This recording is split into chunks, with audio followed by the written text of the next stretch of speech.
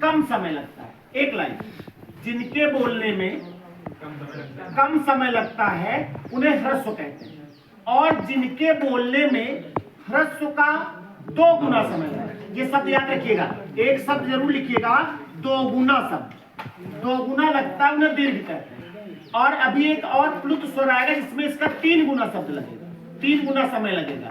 तो जिनके बोलने में कम समय लगता है उन्हें ह्रस्व कहते हैं, तथा जिनके बोलने में ह्रस्व का 2 गुना समय लगता है उन्हें दीर्घ कहते हैं। और अभी बात हो चुकी है कि ह्रस्व कितने होते हैं? 3। और ये भी ह्रस्व में ही आएगा, समझ रहे? क्योंकि जो किराएदार होगा वो बड़ा थोड़े हो जाएगा। किराएदार चाहे जितना बड़ा हो, वो अगर आपके यहाँ किराएदार है तो आप मकान मालिक हो गए, चाहे चाट का ठेले लगाओ तो, लेकिन मकान मालिक सुबह निकलते ही मंत्री जी लाइट रात भर जली, अलग से बिल पड़ी, समझ लो, एक झटका आदमी दे देता है। तो छोटा छोटा ही होता है। तो 4 ह्रस्व होंगे। बाकी दीर्घ की अगर बात करें तो जो बचे हैं सब 1 2 3 4 5 6 7। मैं बार बार कह रहा हूं, इन पे ना कंफ्यूज होइएगा। अब आपके अंतरात्मा कह रही होगी ये ह्रस्व काहे के होंगे भाई? जब कोई छोटा कैसे होगा जब कोई बड़ा नहीं है तो? और बोलने में समय तो आप जितना चाहो उतना लगा सकते हो। आपको विश्वास हुआ कि नहीं ये ह्रस्व दीर्घ नहीं होंगे? दीर्घ होंगे, बात खत्म हो गई। लेकिन या तो ये ह्रस्व होंगे ना तो दीर्घ होंगे, किसी में नहीं जाएंगे। तो लिख लो इस लाइन को, देखो सभी लोग, ह्रस्व और दीर्घ लिखा ना तो ठीक है। नीचे हिंदी लो, ह्रस्व सर, ह्रस्व सर देखो। जिनके बोलने में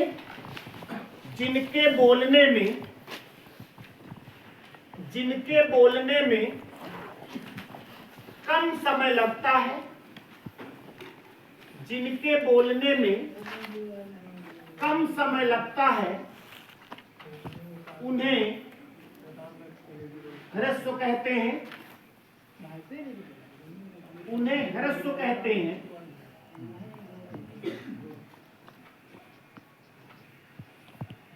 ये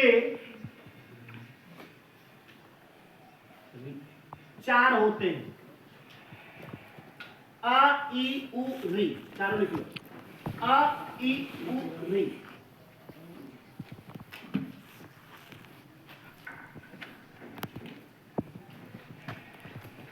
अगली लाइन लिखो, दीर्घ स्वर, दीर्घ स्वर लिखो इसमें, जिनके उच्चारण में ह्रस्व का 2 गुना समय लगता है, ह्रस्व का 2 गुना समय लगता है,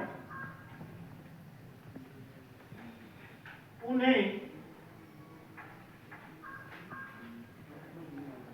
दीर्घ स्वर कहते हैं,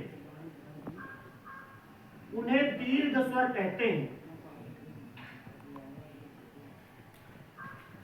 ये केवल 3 होते हैं,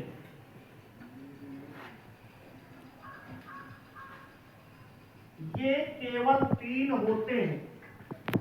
कौन कौन होगा? बड़ा आ, बड़ी ई, बड़ा ऊ।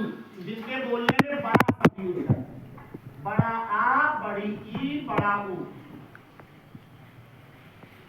अब बात आई ये फिर क्या होते हैं? ये जो 4 होते हैं ना, ये संयुक्त स्वर होते हैं। क्या कहलाते हैं? संयुक्त स्वर। संयुक्त का मतलब होता है किन्हीं 2 स्वरों के संयोग से मिले बने, यानी 2 स्वरों के मिलने से बने हैं, इसीलिए इनको संयुक्त स्वर कहते हैं। तो ये भी हेडिंग डालो, नीचे हेडिंग डालो संयुक्त स्वर।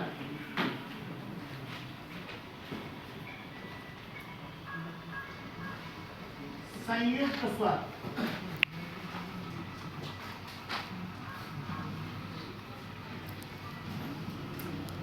देखो, इसमें 2 या 2 से अधिक, 2 या 2 से अधिक स्वरों के, 2 या 2 से अधिक स्वरों के संयोग से